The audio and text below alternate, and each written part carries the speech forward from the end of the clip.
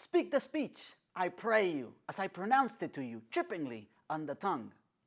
But if you mouth it, as many of your players do, I had us leave the town crier spoke my lines.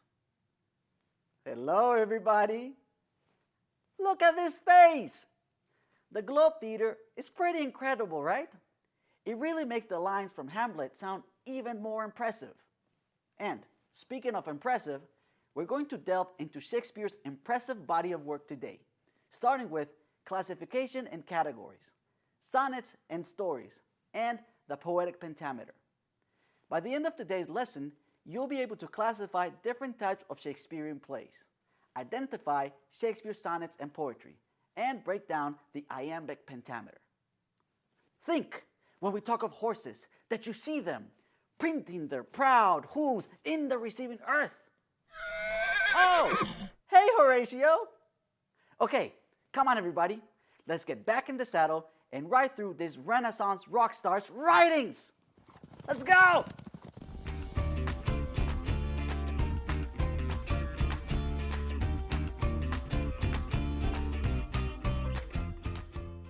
Whoa, Horatio! Let's pause here for a bit and take a look at classification and categories. Now, Shakespeare wrote a lot of plays, 38 to be precise. To make it easier to analyze them, most historians have placed Shakespeare's works into 4 different classifications: histories, tragedies, comedies, and the problem plays. The 11 history plays are based on, or as you might see in movies today, inspired by historical events. They're not always historically accurate. The history plays are set in the Middle Ages. They focus on English monarchs and explore medieval class systems. Shakespeare used historical events as the foundation for his plays, but he developed his own plots and themes based on political, social, and economic concerns of the current time. The 10 Shakespearean tragedies are sad, with dark themes and somber endings. So basically, very tragic. Usually, the tragedies end with a death, or sometimes multiple deaths. Well-intentioned people are brought down to death or destruction through either their own faults or through the manipulations of a villain. Shakespeare's tragedies often focus on flawed protagonists, the descent of an upstanding person, and heroes falling to external pressures.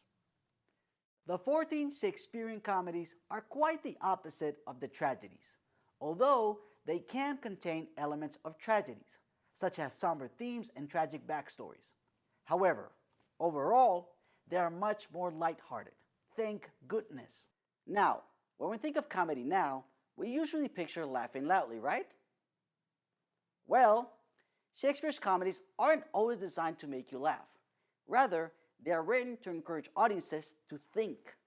Shakespeare uses clever wordplay, metaphors, and shrewd insults. His comedies also frequently feature love, mistaken identities, and complicated plots. Many Shakespeare comedies end in weddings, so bring out the cake and throw the flowers. But before we chow down on our cake slices, we still have to cover Shakespeare's 3 problem plays. These are classified as problem plays because they don't seem to fit into any of the 3 previous categories. While some of Shakespeare's tragedies have comedic elements and the comedies have pieces of tragedy, the plays usually fit more into one classification than the other. However, the problem plays do not. They shift unexpectedly between extremely dark situations to comical material. Check out the PDF for a list and brief summaries of all of Shakespeare's plays split up by classification. So, now that we split up Shakespeare's plays by classification, let's look at the categories inside the text of each play. Shakespeare writes in what is called either prose or poetry. Prose is often spoken by lower class characters in Shakespeare plays. When characters speak in prose, they're talking normally, with no regular pattern of rhythm or rhyme. You can tell if Shakespeare is writing in prose by looking at the lines. Prose follows usual capitalization rules and is written normally from left to right with no extra spaces or paragraph breaks. Poetry, on the other hand, will have multiple paragraph breaks to show where the line ends. It will have a distinct pattern and rhythm, and sometimes even rhyme. Rhyming poetry is called rhymed verse, while non-rhyming poetry is called blank verse. In Shakespeare's plays, the upper-class characters usually speak in poetry. We'll get more into the rhythm of Shakespeare's poetry later in this lesson. But right now, we're going to trot on to sonnets and stories. You might be surprised to find out that Shakespeare wrote way more sonnets than plays. 154 to be exact. Historians are not sure when exactly Shakespeare wrote the sonnets. It's possible they were originally composed for private readers. In 1609, Shakespeare's 154 sonnets first appeared together in an edition published by Thomas Thorpe. There are also 6 additional sonnets in some of Shakespeare's plays. For the most part, Shakespeare adhered to the English style of sonnets. Usually, he had 3 quatrains, a 4-line stanza or verse, and an ending couplet, a 2-line stanza or verse. The rhyming pattern usually follows an AB, AB, CD, CD, EF, EF, GG structure, which means that in each quatrain, the first and third lines rhyme, as you can see here with day, may, shines, declines, and fade, shade. The second and fourth lines also rhyme, or I rhyme, which means the spelling looks like they would rhyme, as you can see with temperate, date, dimmed, untrimmed, and owest, growest. In the final couplet, both lines rhyme with see, thee. Shakespeare's sonnets include themes such as love, the passage of time, beauty, mortality, jealousy, and unfaithfulness. 126 of the sonnets are written to a young man, while 28 of them are written to or reference a woman. In addition to Shakespeare's sonnets, he also wrote 4 poems. One was an allegorical poem about the magical nature of love. The other 3 were narrative poems, which means that they told a story in poetry form. Shakespeare's narrative poem, Venus and Adonis, was reprinted 9 times in his lifetime and was extremely popular. He most likely wrote it during the plague in 1592, when theaters were closed down. All 3 of Shakespeare's narrative poems were written in Iambic Pentameter. Now, you might be wondering, what is Iambic Pentameter? Well, let's canter into that subject with poetic pentameter. You've probably heard that Shakespeare wrote in Iambic Pentameter, but what is Iambic Pentameter? Good question. Iambic pentameter is a rhythmic structure that combines stressed and unstressed syllables in groups of 5. The easiest way to think about it is to think about a heartbeat. Da-dum, da-dum, da-dum, da-dum, da-dum. I like to clap it out like this.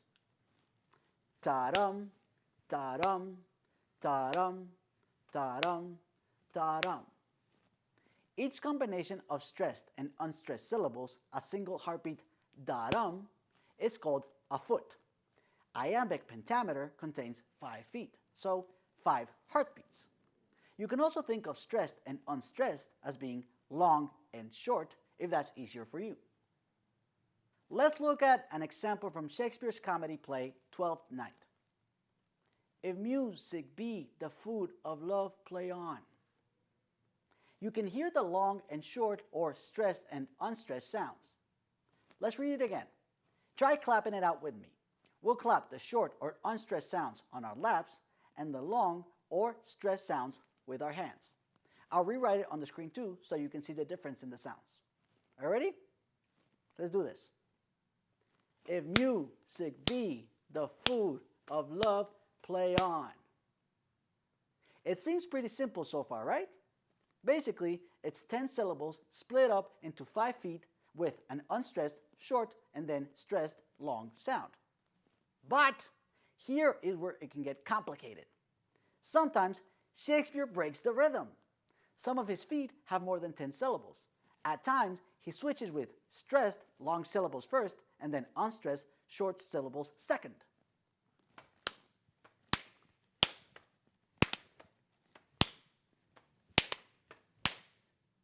Why does he do that? It could have been so simple. Why, Shakespeare? Why? Well, It's because breaking the rhythm informs the performance of the play. Let's look at Shakespeare's tragedy King Lear. At this point, Lear has just found out that his daughter Cordelia was killed. He says, "Why should a dog, a horse, a rat have life, and thou no breath at all? Thou come no more. Never, never, never, never, never." Let's clap out the rhythm so you can hear when it breaks, okay? Let's do this. Why should a dog, a horse, a rat have life, and thou no breath at all? Thou come no more. Never, never, never, never, never. Wow! When the rhythm changes at the end, you can feel it slowing down. As an actor, the breath changes in your body as you deliver the line. It forces you and the audience to feel the heartbreak of King Lear as he realizes that his daughter will never, never, never, never, never return. Wow! Contrastingly, let's look at a line of Juliet's speech in Romeo and Juliet, where Juliet is asking for the sun to hurry up and set so Romeo can come at night. "Gallop apace, you fiery-footed steeds." By starting with a stressed, long syllable, you can hear her impatience and anxiety. The line also kind of sounds like a horse galloping. Listen again. "Gallop apace, you fiery-footed steeds." Oh, hey Horatio! I guess that's a reminder that it's time for us to gallop apace. But before we do that, let's review what we learned in today's lesson, including classification and categories, sonnets and stories, and poetic pentameter. You are now able to classify different types of Shakespearean plays: histories, tragedies, comedies, and the problem plays. Identify Shakespeare's sonnets and narrative and allegorical poetry, and break down the Iambic Pentameter. Don't forget to check out the practice questions and PDF for this lesson to prepare for our next class together. We're going to hop off our horses, sorry Horatio, and onto a boat across the sea for Intro to Realism. Until then, remember, in theater, like in life, the limit is your imagination. So, adieu. I have too grief the heart to take a tedious leave. Hey, hey!